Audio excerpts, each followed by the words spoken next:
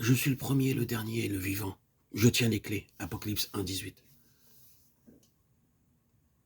Regardons ce qui nous est révélé du Seigneur ressuscité et conquérant et affermissons à nouveau notre base de victoire personnelle. Par la toute-puissance du Christ vivant sur le trône, nous pouvons nous tenir fermes comme vainqueurs en face de toutes les forces des ténèbres. Il ne faut jamais perdre de vue le vainqueur.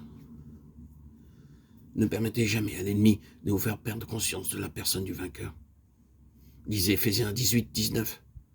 Que le Dieu de notre Seigneur Jésus-Christ, le Père de gloire, vous donne l'esprit de sagesse et de révélation dans sa connaissance, les yeux de votre cœur étant éclairés, littéralement remplis de lumière, pour que vous sachiez l'infinie grandeur de sa puissance envers nous, qui croyons selon l'efficace de sa vertu, toute puissance qu'il a déployée dans le Christ, en le ressuscitant d'entre les morts.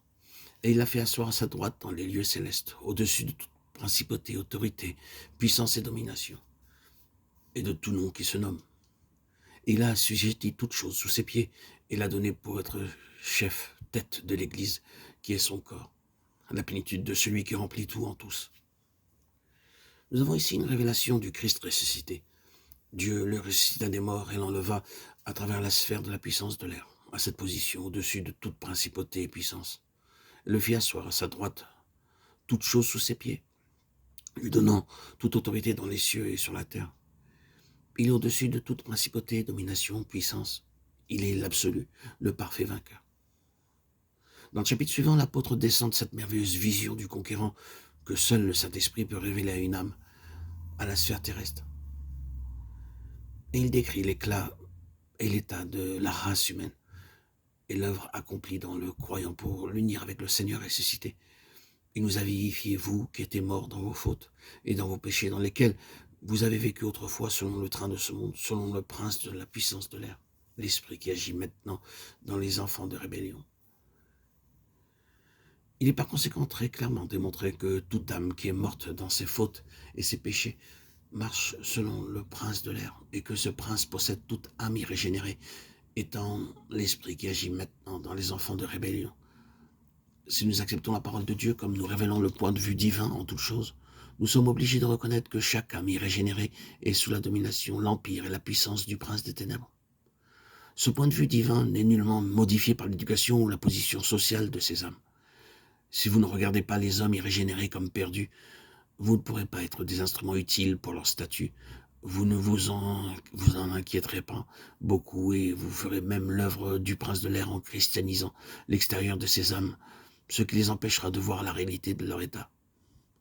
Paul descend des hauteurs de cette glorieuse vision pour faire une description rapide de la sphère humaine, puis il y remonte disant « Lorsque nous étions morts, il nous a vivifiés ensemble avec Christ, il nous a ressuscités ensemble et nous a fait asseoir ensemble dans les lieux célestes en Jésus-Christ. » Éphésiens 2, 5, 6. Pouvons-nous avoir un tableau plus complet du péché de Satan, de Christ et de notre position vis-à-vis de chacun que celui-ci? Tout d'abord, le Saint-Esprit a vivifié le Christ mort, l'élevant et l'amenant à la droite de Dieu, le faisant asseoir à sa droite au-dessus de toute chose.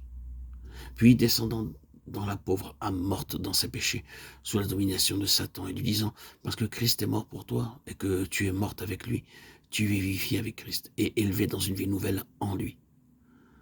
Vous êtes morts dans vos fautes et dans vos péchés. Que pouvez-vous faire? Des morts ne peuvent pas se sauver eux-mêmes. Et mieux que cela, vous êtes terriblement vivants. Il y a un esprit qui agit en vous. C'est l'esprit du prince de l'autorité de l'air.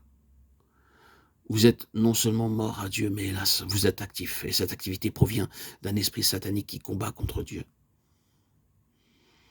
Le mal ne serait pas si grand si vous étiez seulement mort.